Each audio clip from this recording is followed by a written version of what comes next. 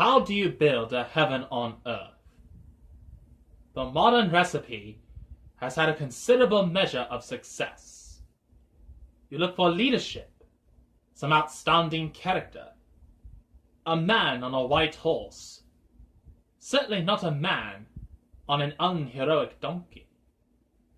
You define the problem. You sack the old management. A revolution may be necessary. And then you change the educational curriculum and bring up new resources. Much has been achieved following this pattern. But there are resistances.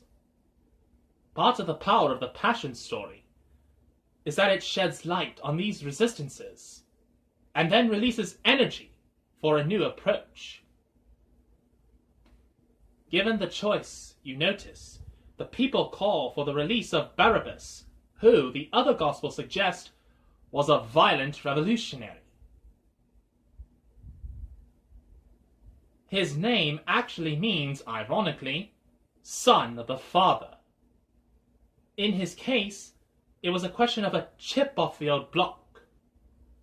Barabbas stood for a reversal of political roles, but no profound change in the system of control.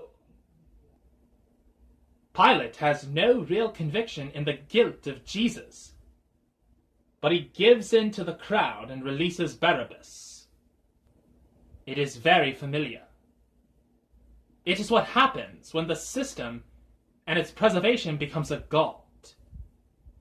When something gets put in the place of God, the sign is a taste of untruth in the soul, a sense of anxiety. I suppose that today, most obviously, it is the economy that is discussed without much relation to the human or the divine.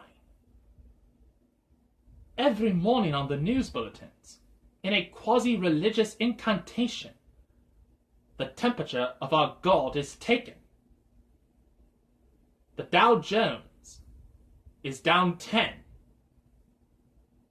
The Hang Seng continues its inexorable fall. The FTSE has bounced back.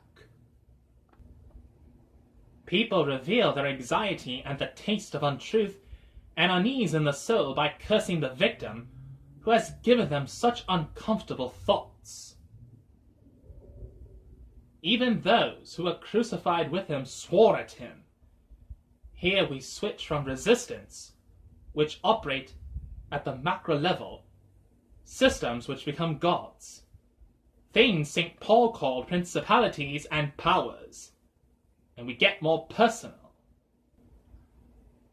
Life in all its fullness, which Jesus said it was his work to open up for us, comes not from attachment to any mere thing, but from a relationship freely chosen with God, and God's Spirit housed in other people, and even deep down in our truest self. Whenever we are alienated from the current of energy and compassion which flows in this relationship, then we experience a loss of depth and sap in life. We try to fill the hole with hectic overactivity, which seems to be built on the idea that the faster we live, the more we get out of this brief life. We are haunted by the repressed fear of death. We come to experience the world as God-forsaken and see ourselves as God-forsaken. We internalize the picture of human beings communicated by bad science under the pious rhetoric of human dignity. We come to think of ourselves as rapacious bipeds, whose principal function is as a conduit of genetic information from generation to generation. Jesus, the human face of God, experienced the full weight of this God-forsakenness in that last intelligible cry on the cross, using words from Psalm 22, my God, why have you forsaken me?" William Blake says that we are put upon this earth a little space to learn to bear the beams of love.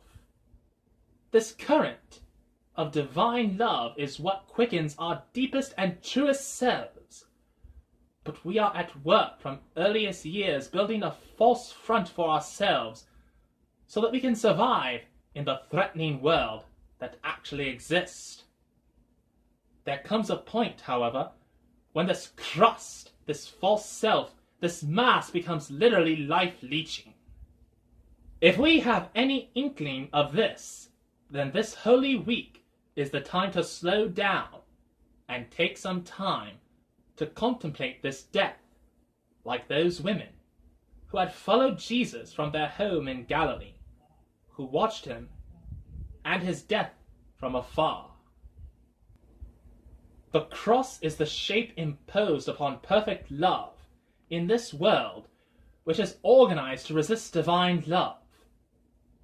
If once we see the depth of that in the human face of God with the eyes of our spirit, then the shock reverberates through the crust that has been formed over the years.